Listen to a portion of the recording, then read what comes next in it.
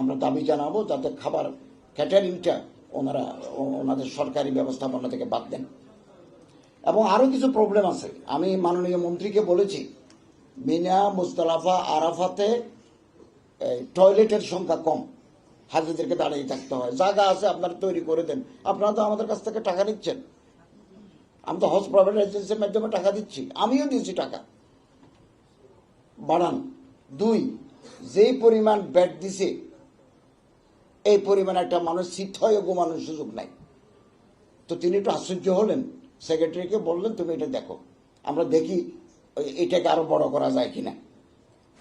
মুজদালিফাতে পানি থাকে না শেষ রাতে, আমি উজু করেছি মিনারেল ওয়াটার দিই, এটাও আমি ওনার দৃষ্টিতে এনেছি।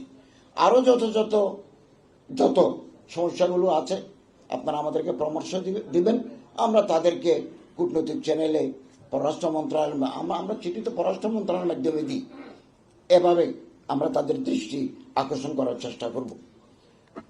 এবং আপনারা হাজিদের সেবা দিচ্ছেন, আলহামদুলিল্লাহ, আমরা আপনাদেরকে মোবারকবাদ জানাই। আগামী দিনেও আপনাদের আন্তরিক সহযোগিতা কামনা করি। আমাদের মধ্যে কোনো বিরোধ নাই, আমরা একে অপরের পরিপূরক সম্পর্ক, আমরা এক পরিবারের মতো হয়ে একটা টিম স্পিরিট নিয়ে আমরা কাজ করব। এবং সৌদির ডেডলাইন আমাদেরকে ফলো করতে হয়। তারা একটা তারিখ দেন গোটা দুনিয়ার জন্য, না হলে অ্যাপস বন্ধ করে দেন। এটাকে আমাদের মাথায় রাখতে হবে। বিমান ভাড়া নির্ধারণের জন্য আমরা কাজ শুরু করেছি। বিমানের সাথে যখনই কথা বলবো, আমার হাবের প্রতিনিধি রাখবো, আপনাদের প্রতিনিধি রাখবো এবং ওপেন ডিসকাশন করব। আমার মন্ত্রণালয়ে হজ উমরা নিয়ে আমার কোনো কর্মকর্তা যদি 1 টাকা ঘুষ খায়, আমরা তাকে ফাঁসিতে ঝুলাবো। আপনারা আমাদেরকে বলবেন, আমার কোনো স্টাফ যদি একেবারে হজ ক্যাম্প থেকে শুরু করে মিনিস্ট্রি পর্যন্ত কেউ যদি কোনো দুর্নীতির সাথে যুক্ত কোনো এজেন্সির কাছ থেকে টাকা নেয়, দে উইল বি পানিশড। আপনারা আমাদেরকে সহযোগিতা করবেন। 2, এবারের গেল হজে জর্দা নিয়ে গেছেন এজেন্সি, ঢাকা বিমানবন্দরের ওই স্ক্যানারকে ফাঁকি দিয়ে অথবা ইনকনভেন্স উইথ দি করাপ্ট অফিসিয়ালস, তারা জর্দা, তামাক সৌদি আরবে নিয়ে গেছেন। এটা জর্দা বিমানবন্দরে ধরা পড়ছে। আমরা বিব্রত হই, আমরা লজ্জিত হই। হাজি সাহেবদের প্যাকেট, হাজি সাহেব বলতেছে এগুলো এজেন্সিরা দিয়েছে। জর্দা, তামাক আমার বাংলাদেশের আইনে মাদক নয়, কিন্তু সৌদি আরবের আইনে এটা মাদক। একজন হাজি সাহেবের লাগেজের ভিতরে আপনি জর্দা দিবেন কেন? পয়সা অন্যভাবে আমরা কামাতে পারি না? এগুলো আমাদের বাংলাদেশের মর্যাদা, ভাবমূর্তি ক্ষুণ্ণ হচ্ছে। সবচেয়ে বড় কথা, 10 তারিখ